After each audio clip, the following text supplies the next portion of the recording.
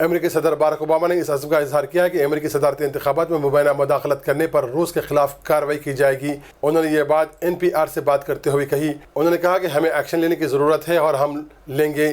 اس سے قبل white house کا کہنا تھا کہ امریکی انتخابات کے دوران ہونے والی ہیکنگ میں روسی صدر براہ راست ملوث تھے۔ وائٹ ہاؤس کی جانب سے بیان جاری ہونے کے چند گھنٹوں بعد صدر اوباما نے کہا کہ میرے خیال میں اس بات میں کوئی شک نہیں کہ جب ایک غیر ملکی حکومت انتخاب کی ساکھ پر اثر انداز ہوتی ہے تو ہمیں ایکشن لینے کی ضرورت ہے اور ہم یہ کارروائی اپنی مرضی سے کریں گے۔ حالیہ صدارتی انتخابات میں ڈیموکریٹک پارٹی کی امیدوار ہلاری کلنٹن نے اپنی شکست کے لیے پہلی بار روس کی جانب سے کی گئی ہیکنگ کو ذمہ دار ٹھہرایا ہے۔ انہوں نے پارٹی کے لیے چندہ دینے والوں سے کہا کہ روس کے صدر ولادیمیر پوٹن کو ان سے ذاتی شکایت تھی کیونکہ انہوں نے 5 سال پہلے روس کے پارلیمانی انتخابات میں دھاندلی کی بات کی تھی۔ ہلاری کلنٹن نے کہا کہ پوٹن نے اپنے لوگوں کے غصے کے لیے عوامی طور پر مجھے مجرم ٹھہرایا تھا۔ اس وقت انہوں نے جو کہا اور اس انتخاب میں انہوں نے جو کیا اس کے درمیان براہ راست تعلق ہے۔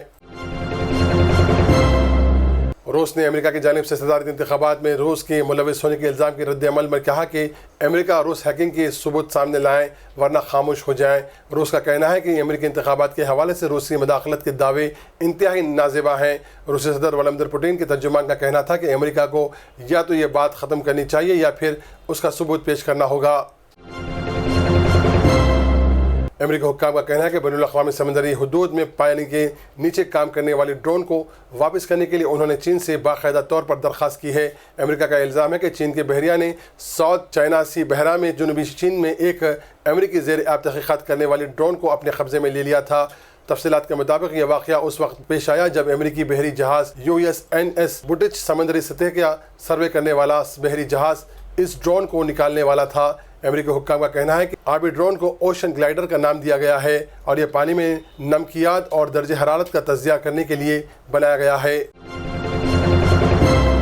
امریکہ اور چین کے درمیان کشیدگی کا اس بات سے بھی پتہ چلتا ہے کہ چینی فوج نے اپنی فوجی مشقوں میں ایک جنگی طیارے سے اصلی بموں کا استعمال کیا۔ ان فوجی مشقوں میں 10 جنگی بحری جہاز اور 10 جنگی طیارے بھی استعمال کیے جا رہے ہیں۔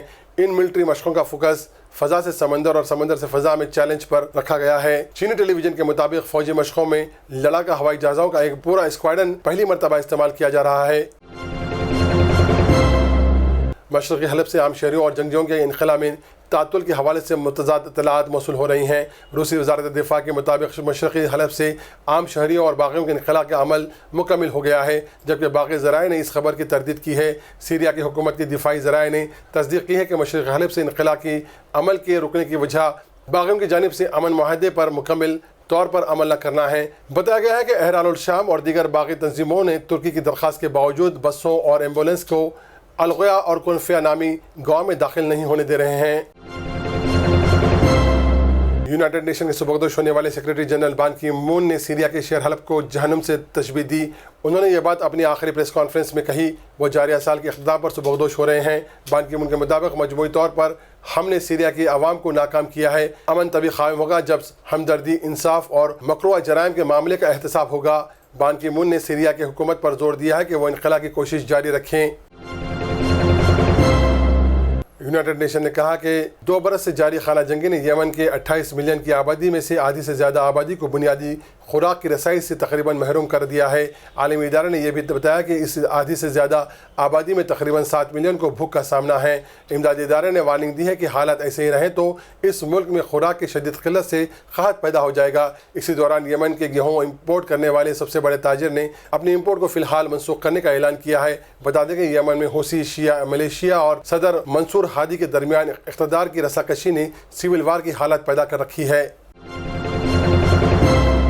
یہ تھی آج کی کچھ اہم خبریں۔ نیشنل نیوز آف انڈیا کے اس خبر نامے کا مشاہدہ کرنے کے لیے ہمارے واٹس ایپ نمبر 7997070544 کو اپنے واٹس ایپ گروپ میں شامل کریں اور عبدالحمید شوکت کو دیں اجازت۔